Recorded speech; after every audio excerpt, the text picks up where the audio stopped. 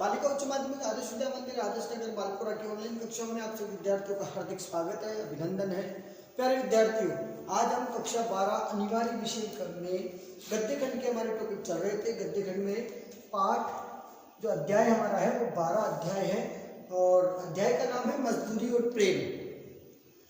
लेखक है सरदार पूरण सिंह। देखिएगा कि मजदूरी और प्रेम क्या है, इसके विषय में सरदार पूरण सिंह ने ये पूरे का पूरा जो है पाठ जो है रचित किया है। इस निबंध में कहीं न कहीं मजदूरी और प्रेम की वास्तविक और प्रासंगिक विशेषताओं का अध्ययन भी किया और उन्होंने बताया भी है कि मजदूरी और प्रेम में क्या अंतर है। इनका जन्म सन 1881 ईस्वी को और मृत्यु सन 1931 ईस्वी को हुई। सरदार पूरण सिंह हिंदी के मूर्धन्य निबंधकार रहे हैं। हिंदी, अंग्रेजी और उर्दू के आप मर्म को जानने वाले विद्वान सरदार पूरण सिंह के निबंधों में हृदय के सच्चे उद्गार, हृदय जो है उसकी वास्तविक उद्गार, उसका मन, उनका जो मन है वो क्या सोचता है, उनके मन की वास्तविकताओं का प्रकटीकरण है और साथ के साथ आध्यात्मिकता और चमत्कारिता की भरमार मिलती है। चमत्कार भी यहाँ देखने को मिलता है और वे पेशे से शिक्षक होने के कारण अध्यापक पूरण सिंह के नाम से प्रसिद्ध हैं। वे पेशे से शिक्षक हैं और इसीलिए शिक्षक होने के कारण अध्यापक पूरण सिंह के नाम से उन्हें लोग जानते हैं। आगे बात करें कि सरदार जो पूरण सिंह है उन्होंने हिंदी में कुल 6 निबंध लिखे। कितने निबंध लिखे हैं? हिंदी में कुल 6 निबंध उन्होंने लिखे हैं, जिन निबंधों में सच्ची वीरता, आचरण की सभ्यता, मजदूरी और प्रेम, अमेरिका का मस्ताना योगी, वाल्ट विटमेन, कन्यादान और पवित्रता, ये इनके 6 निबंध हैं। कौन कौन से हैं देख लीजिएगा। एक सच्ची वीरता, दूसरा आचरण की सभ्यता, तीसरा है उनका मजदूरी और प्रेम, चौथा है अमेरिका का मस्ताना योगी वाल्ट विटमेन और पांचवा है कन्यादान और पवित्रता। इस तरीके से 6 निबंधों से ही सरदार पूरण सिंह ने कहीं न कहीं सरदार जो पूरण सिंह है उन्होंने हिंदी गद्य साहित्य में अपना गौरवपूर्ण स्थान बना लिया है। सरदार पूरण सिंह के निबंधों में उदाहरण, दृष्टांत और उद्बोधन शक्ति अत्यंत प्रभावशाली। देखिएगा कि काव्य के 2 भाग होते हैं। काव्य को 2 तरीके से डिवाइडेड किया जाता है। पहला होता है श्रव्य काव्य जो केवल सुनाई देता है, दूसरा होता है जिसको बोलते हैं दृश्य काव्य। श्रव्य काव्यों में सुनाई देने वाले काव्य आते हैं और दृश्य काव्य में दिखाई देने वाले और सुनाई देने वाले काव्य आते हैं। तो मूलतः काव्य के 2 रूप इसमें कहे गए हैं कि एक तो गद्य खंड और दूसरा पद्य खंड। तीसरा भी लोग मानते हैं जिसको चंपू काव्य के रूप में जाना जाता है।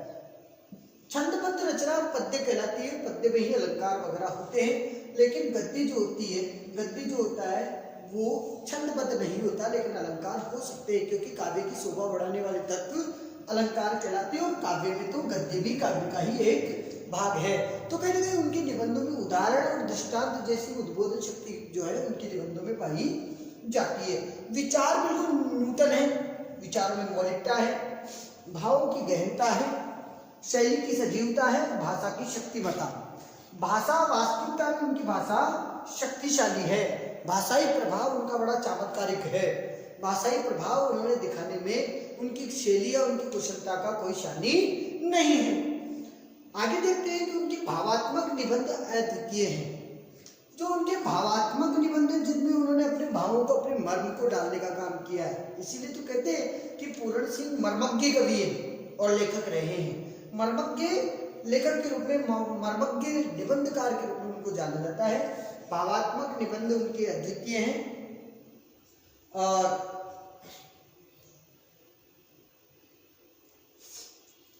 आगे देखिएगा कि चित्रात्मकता और प्रभावपूर्णता इनकी विशिष्ट गुण है। शब्द चयन में लाक्षणिकता का गुण विद्यमान है। आप यहां से लेकर के यहां तक जो दिया गया है, जो अंतर आपने पढ़ा, उस अंतर में प्रश्न बनता है कि सरदार पूरण सिंह की काव्य कला का उल्लेख कीजिए। या काव्य कला हो सकती है या काव्य कुशलता का उल्लेख कीजिए या काव्य कुशलता के विषय में स्पष्ट कीजिए। या हो सकता है प्रश्न आपको घुमा करके पूछा जाए कि सरदार पूरण सिंह वास्तविकता में निबंधों के शिल्पी श्रेष्ठ शिल्पी रहे हैं, कैसे? तो ये उसका उत्तर जो है आपको इसी के आधार पर उत्तर देना है कि उनकी भाषाई प्रभाव कैसा है, प्रभाव पूर्णता है, चित्रात्मकता है, शब्द चयन में लाक्षणिकता। लाक्षणिकता का आप अभिप्राय समझिएगा कि शब्द के 3 पर्याय हमने देखे हैं।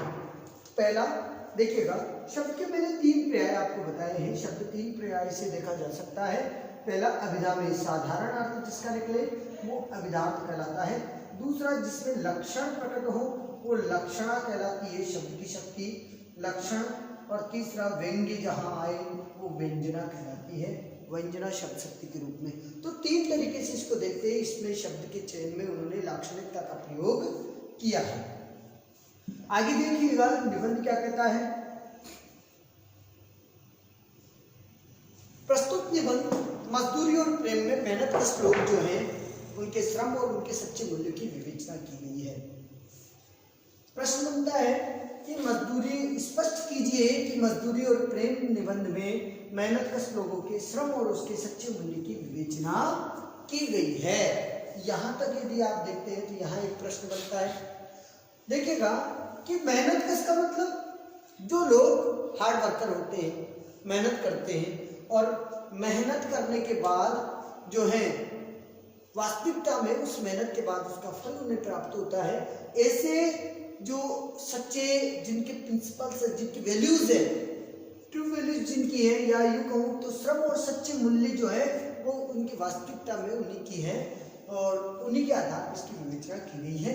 जैसे किसान क्या करता है, खेती करता है।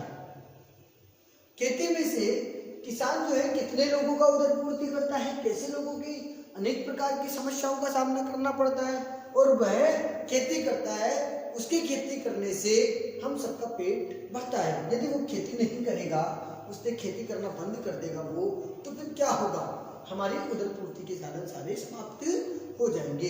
दूसरा देखिएगा कि गडरिया जो है भेड़ चराता है या किसी मजदूर द्वारा किए गए कार्य का मूल्य केवल पैसे से नहीं। आप ही कोई कि खेती करता है इसका मतलब उसको पैसा मिलता है, तो पैसे कमाने का तो और भी साधन है। इनफ सोर्स केवल खेती थोड़ी है, वो और भी चीज कर सकता है। लेकिन खेती करना मानवीय सभ्यता में या मानव समाज में एक श्रेष्ठ वैल्यूज को देखा जाता है। कहते हैं कि हमारे पूर्वजों ने किंवदंती के रूप में जो कहावती चली उनमें कहा गया है कि उत्तम कृषि, मध्यम व्यापार, नीच नौकरी, ऐसा करके कि उन्होंने कहा है कि किसान जो होता है वो खेती करता है। तो खेती एक पवित्र पैसा है, तो यूं मान लीजिए कि वो पैसे के लिए थोड़ी खेती करता है, वो मानव जीवन के लिए भी या सर्व जो है समाज के लिए भी वो खेती करता है। इन श्रमशील लोगों की साधना और महानता, त्याग का मूल्य उनके प्रति प्रेम और सम्मान व्यक्त करके ही चुकाया जा सकता है। इसीलिए भारत की सभ्यता जो है उस मौलिक सभ्यता में जय जवान जय किसान का नारा देकर के उन्हें सम्मान दिया गया, क्योंकि ऐसे जो श्रमशील लोग होते हैं, जो श्रम को महत्व देते हैं, श्रम की जो ज़्यादा श्रमशील होते हैं, श्रम के प्रति ज़्यादा समर्पित होते हैं, ऐसे लोग जो हैं उनकी साधना, उनकी मानता, उनके त्याग के इस मूल्य के प्रति प्रेम और सम्मान व्यक्त करना चाहिए। यही हमारा कर्तव्य है और यही हमारा कर्तव्य बनता है कि उनके प्रति श्रद्धा और स्नेह का भाव अपने हृदय में रखें, उनके प्रति सम्मान का भाव सदैव रखें। दूसरी बात तो ये कि ईश्वर के सच्चे प्रतिनिधि वही हैं जो कठोर श्रम करते हैं, जो अधिक मेहनत करते हैं वही भगवान के प्रतिनिधि कहलाते हैं, क्योंकि मेहनत कश लोग इस साक्षात ईश्वर के रूप में जाने जाते हैं। सज्जनता और ईमानदारी से जीवन व्यतीत करते हैं, वे सज्जनता के साथ और ईमानदारी के साथ जीवन व्यतीत करने का काम करते हैं। यहाँ तक हमने पाठ परिचय पढ़ा। आगे हम पढ़ते हैं इस पाठ का शुरुआत। मजदूरी और प्रेम। हल चलाने वाले का जीवन, पहला देखिएगा टॉपिक दिया है इन्होंने, हल चलाने वाले का जीवन कैसा होता है। देखिएगा, हल चलाने वाले, भेड़ चराने वाले प्राय स्वभाव से ही सज्जन प्रवृत्ति के होते हैं, बड़े साधु प्रवृत्ति के होते हैं। हल चलाने वाले अपने शरीर का हवन किया करते हैं, अर्थात अपने हल चलाने वाले अपने शरीर को आहूत करते हुए, अपने शरीर को का ध्यान न रखते हुए, अपने शरीर को धूप में जलाते हुए भी वो हल चलाने का काम करते हैं। खेत उनकी हवनशाला है, खेत जो है उनकी हवनशाला है।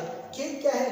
जैसे यज्ञ वेदी होती है, यज्ञ जो होता है वहां उस अग्नि के समक्ष जो है उनको जो है उसमें सविधा डाली जाती है, उसी प्रकार हल चलाने वाला जो किसान है वो भी अपने शरीर रूपी सविधा को हवनशाला में झोंकने का काम करता है। हवनशाला क्या है?